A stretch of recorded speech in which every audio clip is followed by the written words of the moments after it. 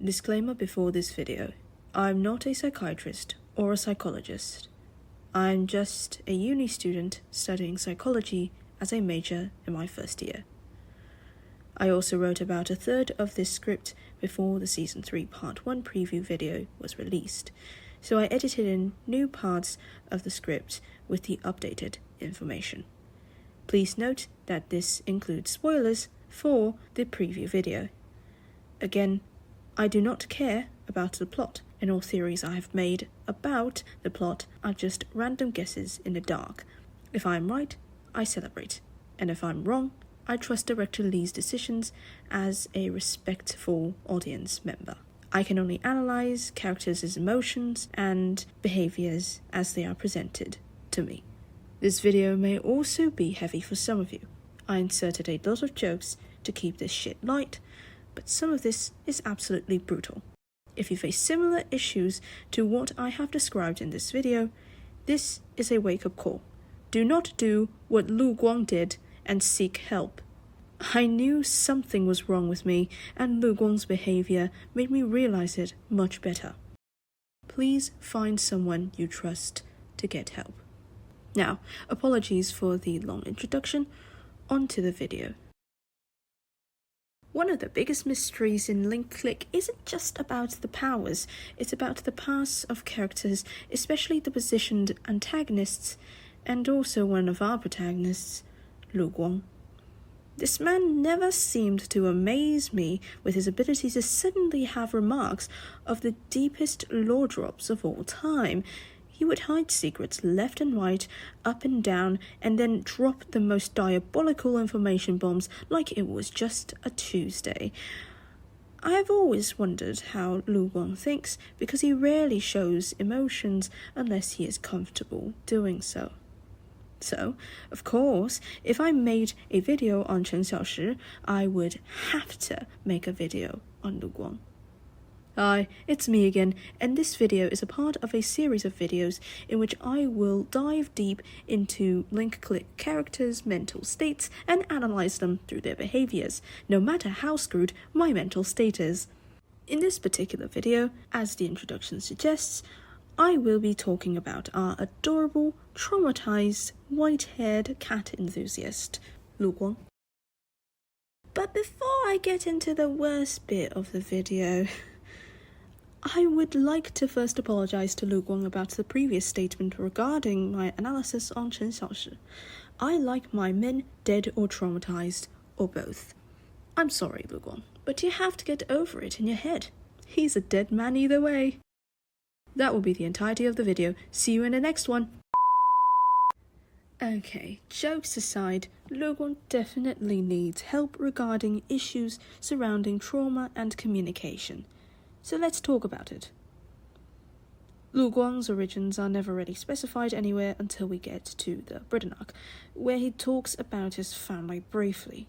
This will be discussed later, and the differences between what possibly would have been Lu Guang's upbringing and Chen Xiaoshi's upbringing, something I speculated about in the previous video where I analysed Chen Xiaoshi's personality and how that relates to his character and past. To understand Lu Guang without prior knowledge of his childhood experiences and life, which were mainly kept secret, now somewhat inaccurate with the release of the preview video, we must delve into his personality and interactions with others. First, Lu Guang and his ultimate introverted existence. Lu Guang doesn't speak much, even Chen Xiaoshi acknowledges that. 陆光，你说句话呀！ And we, as the audience, were introduced to Lu Guang and the straight man in the dynamics between Lu Guang, Chen Xiaoshi, and Qiaoling. Whether or not he's actually straight is up for debate. Lu Guang is the logical counterpart, the serious adult, the mature individual, the one in control, and control seems to be the center of what Lu Guang stands for.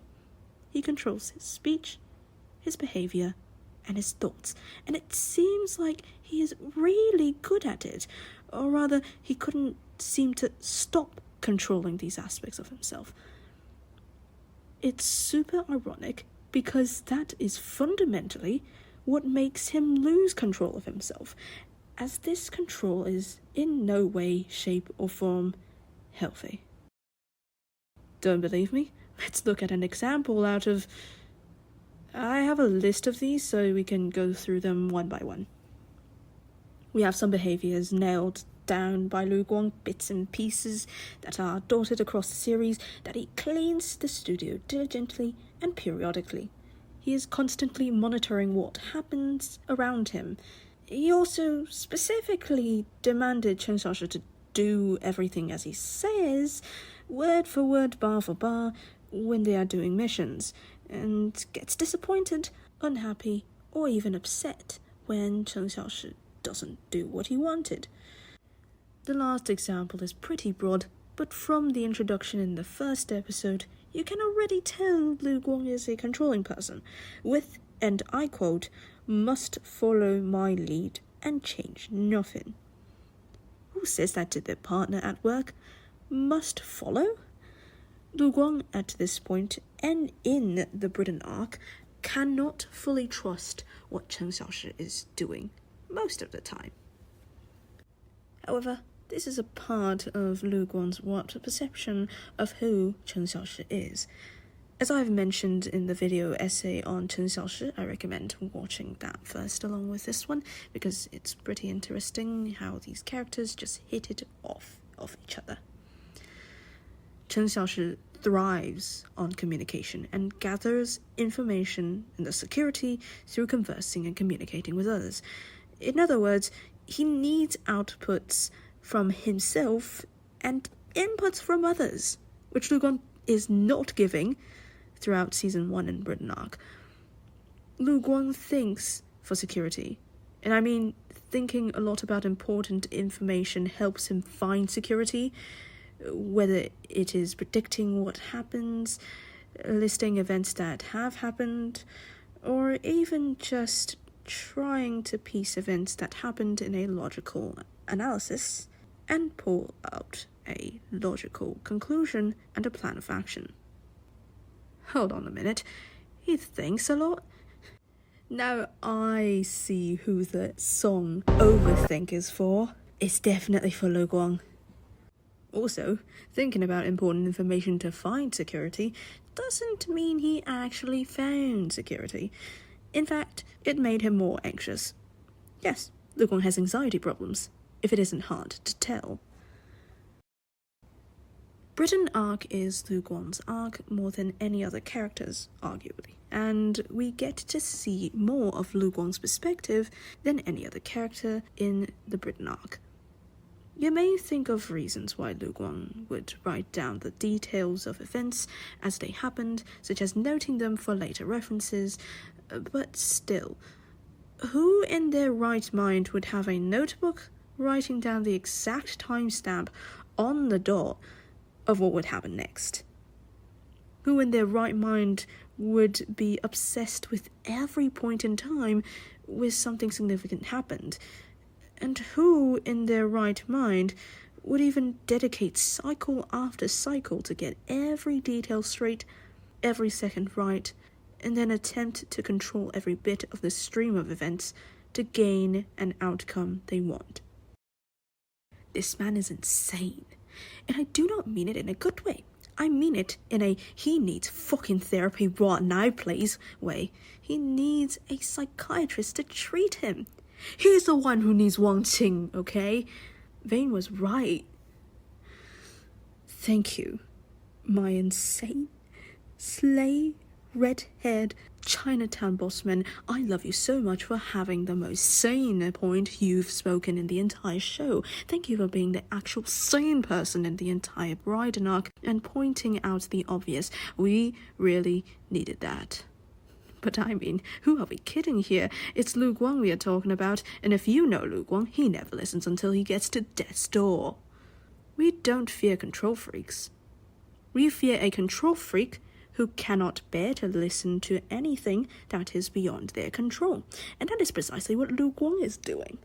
Unwilling to change his mind on controlling situations, and almost impossible to tell him to let go. Convincing him is like talking to a brick wall, and perhaps he had so many brick walls that you may break the first one only to find there is a second, stronger one. Then one distrusting mishap, and the walls restore back to square one. There are so many problems with this man, it's concerning. Lu Guang, in this sense, is more stubborn than Chen Xiaoshi. The obsession with control becomes something that gives him security, but he is so obsessed with it that it brings him more anxiety than lowering it. Without everything being in order, he is reminded of something catastrophic, something that he couldn't bear seeing. Chen Xiaoshi's death. And I know this sounds awfully like the DSM-5 criteria for OCD, but I'm no professional, so I can't tell. All I know is this is clearly maladaptive, and he really needs help. Send help, please. I beg you. But why? Why would Lu Guang be obsessed with Chen Xiaoshi?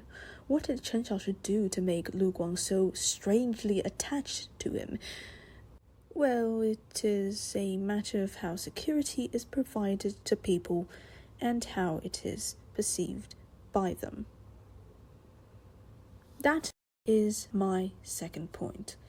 Lu Guang lacks a foundation of security and trust in the early stages of his life, and thus he becomes extra cautious, or rather distrusting, of others.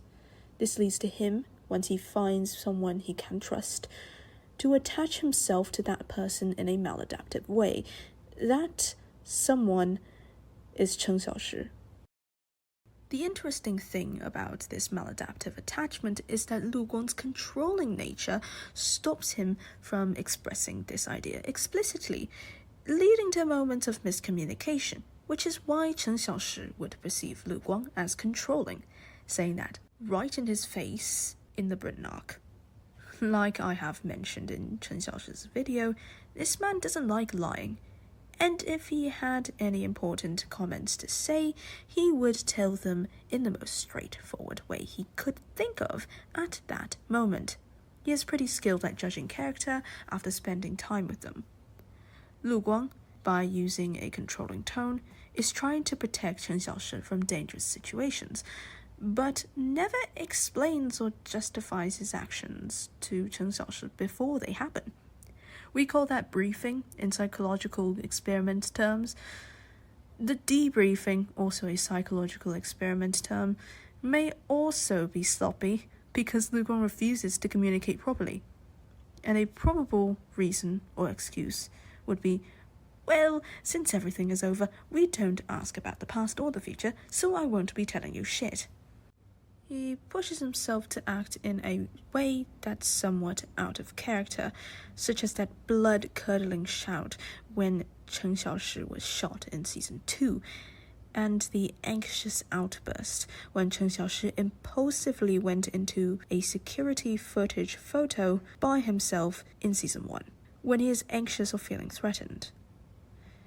All these things happen when Chen Xiaoshi is present, or rather, these instances were all centered around Chen Xiaoshi's safety. Unknowingly, Lu Guang had tied his own security to Chen Xiaoshi's security, and seeing that Lu Guang feels fine getting stabbed instead of seeing Chen Xiaoshi getting hurt, this claim isn't that wild. He might as well would die if it guarantees Chen Xiaoshi's survival. This conviction doesn't seem bad when you're looking at it through the perspective of an audience member watching this show in a third-person view and appreciating this sort of dynamic, a die-hard dynamic.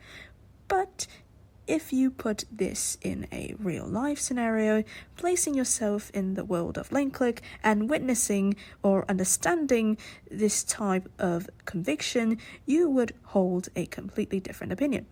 That this is not healthy, borderline obsessive, and Lu Guang needs to stop. Because destroying yourself isn't the way to go about things. Destroying yourself sabotages not only your well-being, but the well-being of others who care about you. The reality is, even if you are depressed and your ruminating thoughts tell you that you are alone, no one will care about you, and it's fine if you were to disappear. There will still be people around you who care about you. They may be hard to notice, but they will be there, or at least try to be there for you. They will feel pain and will suffer from your loss, because despite what you thought as minimal interactions with others, depression and anxiety prevents you from perceiving thoughts and emotions healthily, causing misunderstandings between others and yourself, and confusion internally. The relationships you built unintentionally are strong, stronger than you realize. You have to look, to step out, to trust, even when you fear what would happen as a consequence. I believe that is what is missing in Lu Guang. Lu Guang is constantly in a heightened state of stress. He is constantly alert, constantly trying to match what has happened before to what is happening now to bring security to himself. However, that anxiety is what makes him unable to trust people as much, and when finding someone who is trustworthy enough, he will attach everything to that person, including his own life. This anxiety is what motivates him to go back in time again and again to attempt to save Cheng Xiaoshi, and this anxiety is what is destroying his mental state during the Britain arc. Other than the anxiety Lu Guang experiences, he is willing to sacrifice himself for Cheng Xiaoshi. Self-sacrifice for a person can be interpreted as a sign of low self-esteem and lack of self-worth. One would interpret this behavior as under the influence of Lu Guang's guilt of being unable to save Cheng Xiaoshi. But is that enough to make Lu Guang go back in time again and again for him? I believe that Lu Guang might have had this tendency to think that way before meeting Cheng Xiaoshi, and Cheng Xiaoshi's death is what sparked that guilt-ridden cycle, repeating painfully again and again as a reminder of instability and irresponsibility. And now that the Season 3 Part 1 preview video is out, this confirms my suspicion that Lu Guang experienced some fucked up shit before meeting Cheng Xiaoshi, from his potential suicidal tendencies, the injuries he had as a kid, to how he spoke about the promise they had when they were kids. Vile shit. I am unhappy that I was so right about what he thinks.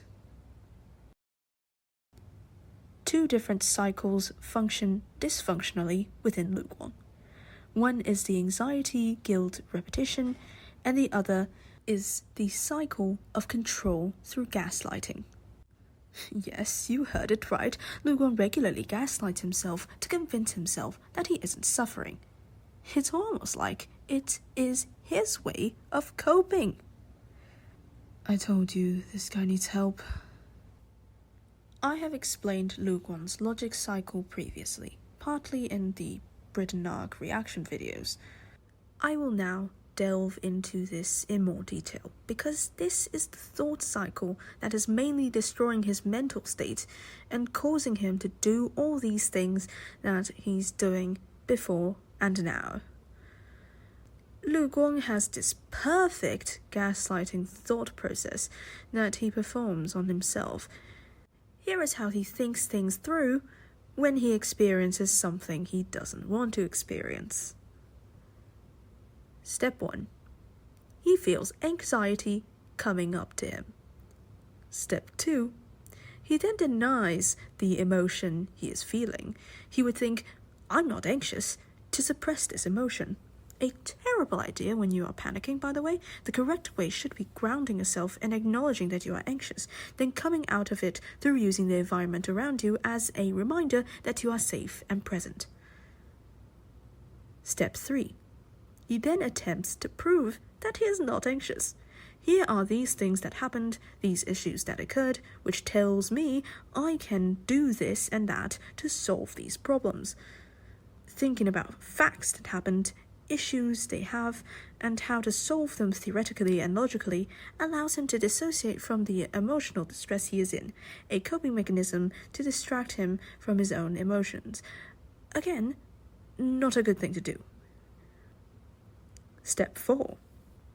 After the whole ordeal, he has calmed himself down by successfully suppressing his anxiety.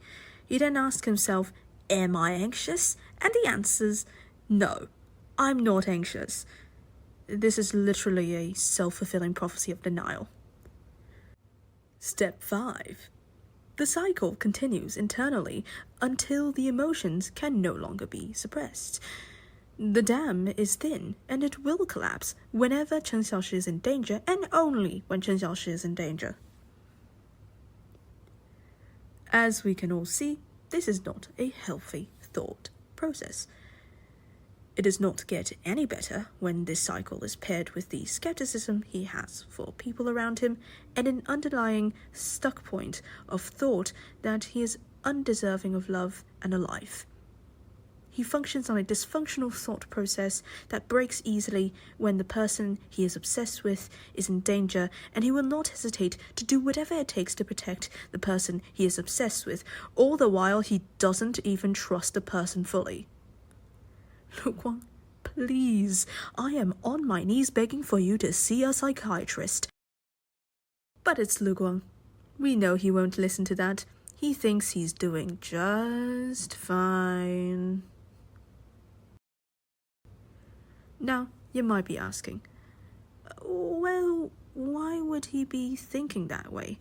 What did he have to experience to manifest such a thought process?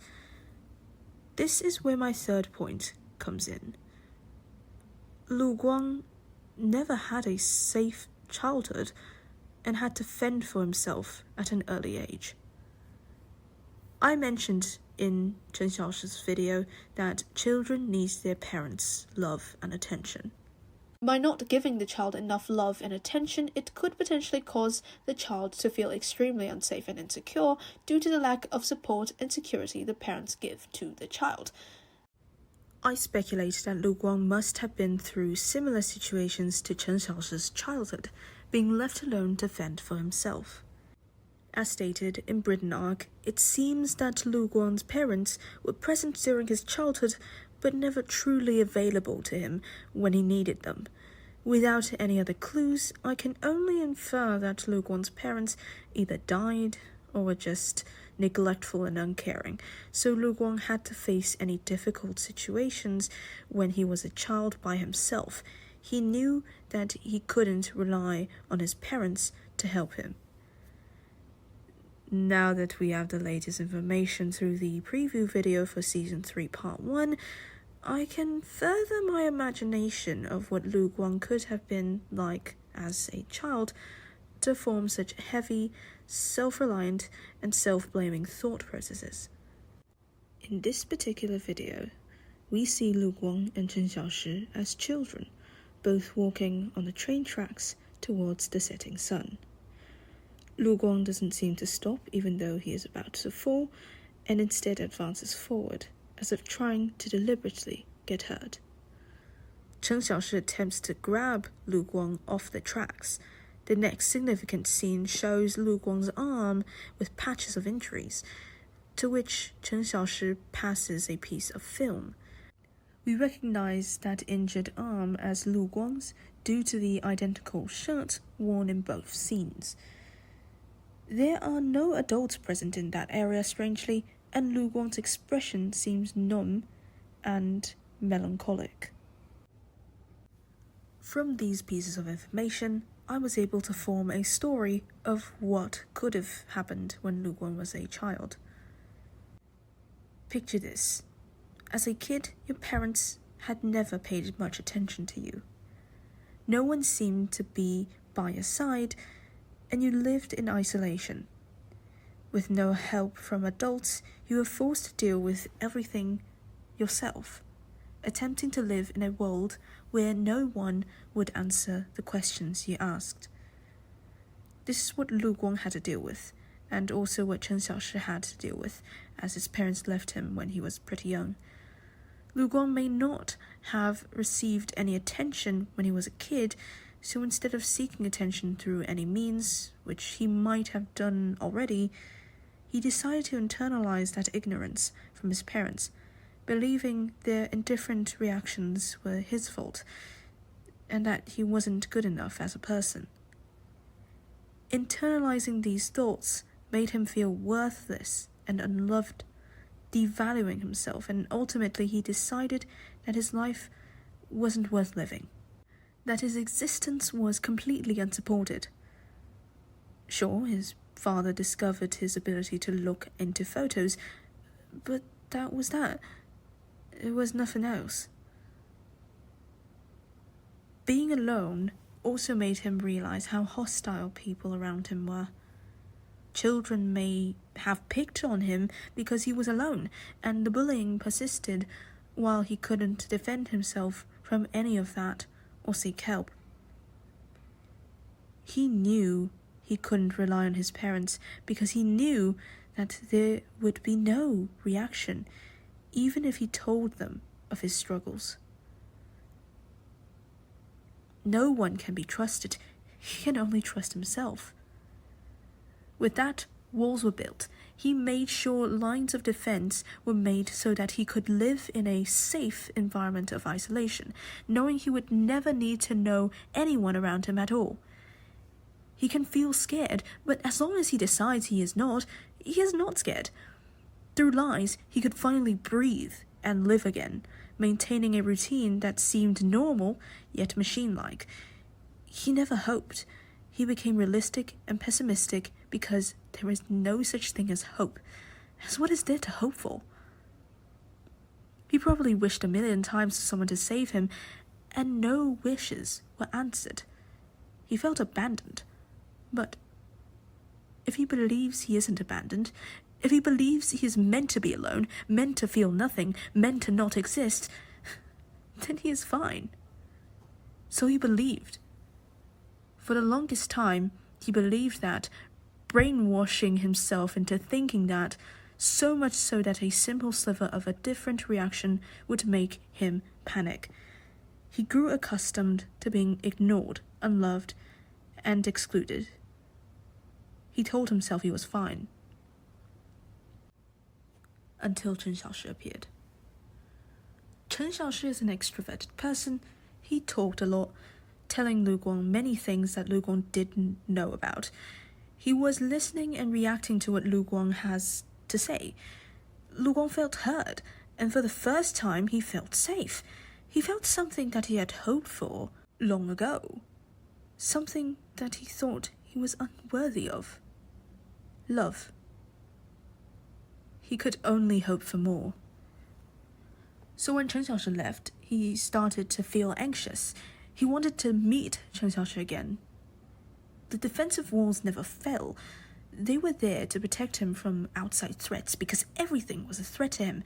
He bore and held it all in because he knew that if he wanted to see that person again, he had to grow up and leave this place. So when he grew up and left, with the sole purpose of finding the kid who had saved him from despair and solidified his resolve to reach for something he felt was almost impossible to achieve, he must have felt relieved. Now, doesn't this part sound familiar? Because if it does, you're right. Chen Xiaoshi had a similar experience when his parents left. But the most significant difference, I suspect, between Chen Xiaoshi and Lu Guang's past is that Lu Guang never had a Qiaoling in his life. Qiaoling allowed Chen Xiaoshi to experience a safe environment.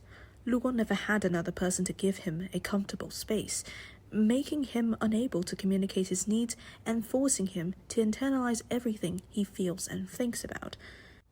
This is the most significant difference between Lu Guang and Chen Xiaoshi, and a key factor determining why Chen Xiaoshi speaks up more often than Lu Guang. So, when Chen Xiaoshi asked if he knew Lu Guang wasn't just shocked, he was scared. He couldn't believe what he heard because the person who pulled him out of his despair and the person he had relied on to live out the years of his life never even cared to remember him. However, his fear isn't focused on the memory part. He starts to question whether Chen Xiaoshi would ever come back into his life if he had never tried reaching out to him, and if Chen Xiaoshi would just leave him without a second thought. He cannot bear the thought of seeing Chen Xiaoshi leave again.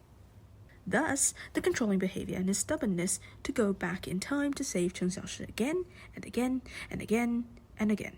He cannot live without him. He just can't.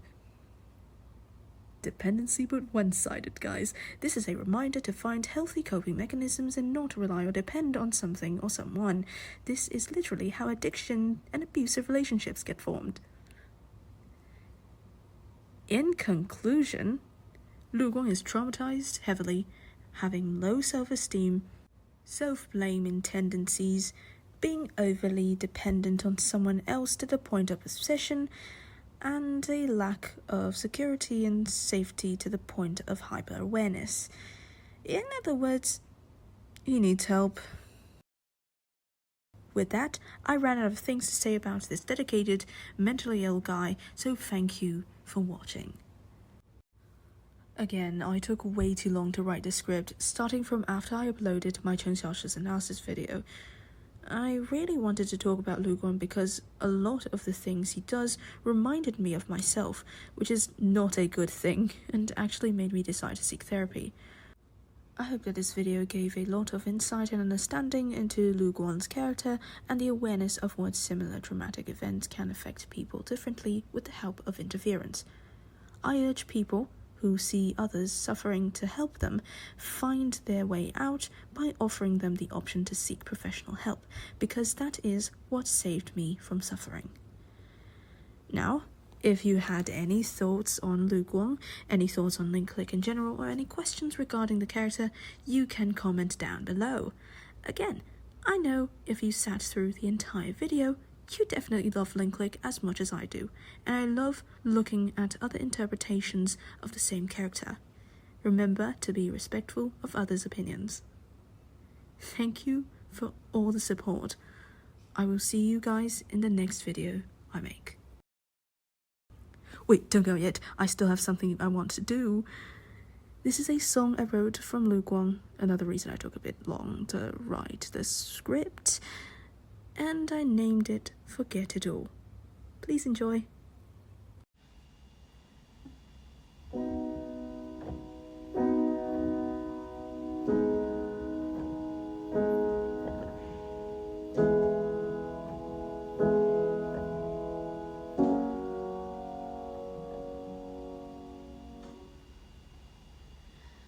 Every time I seem to look at you, you're always so bright. Never miss the sunlight, never miss the joy in life. I pray that all this lasted till the very last breath. And you told me, don't miss me, just save all the rest. I look through the photo galleries you're in. I look through every future, every past, but not the present. I look through every possibility and every option, but the cycle kept going. I wished I were forgotten, and you always seem nonchalant. Tell me the rest, the play and the fun. You'll never know what I know, and I don't want you to know. What I've been through is better left undone. I find myself unable to leave your glow. You shine bright, and now I can't help but miss the warmth. Now I must chase after that bit of hope. Show me how to stop this cycle. Let's forget it all, forget it all. Oh,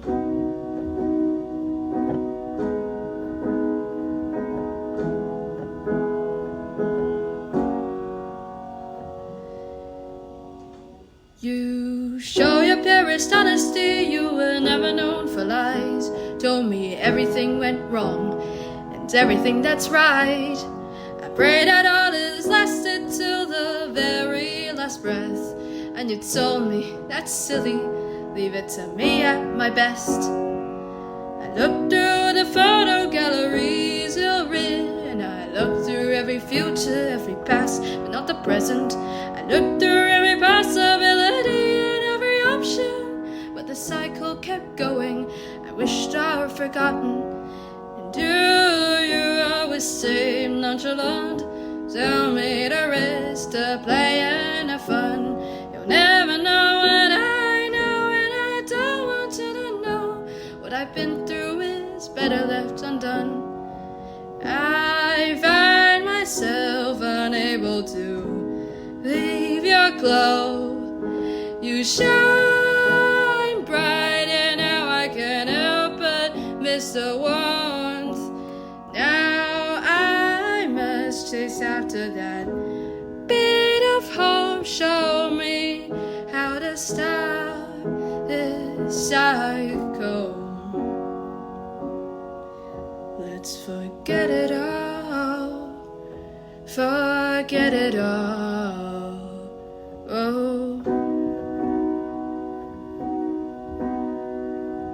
Come around, sit right here beside me, away from the nightmares. Promise me you'll never leave me alone to bear. But still you'll take the wings, steer them into the sun, burning bright a ton.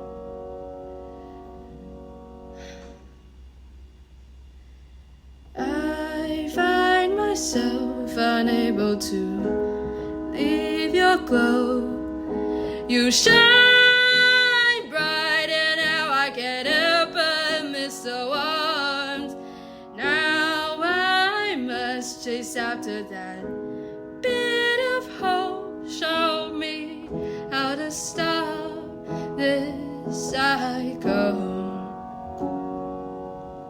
Let's forget it all, forget it all. I can't forget it all, forget it all.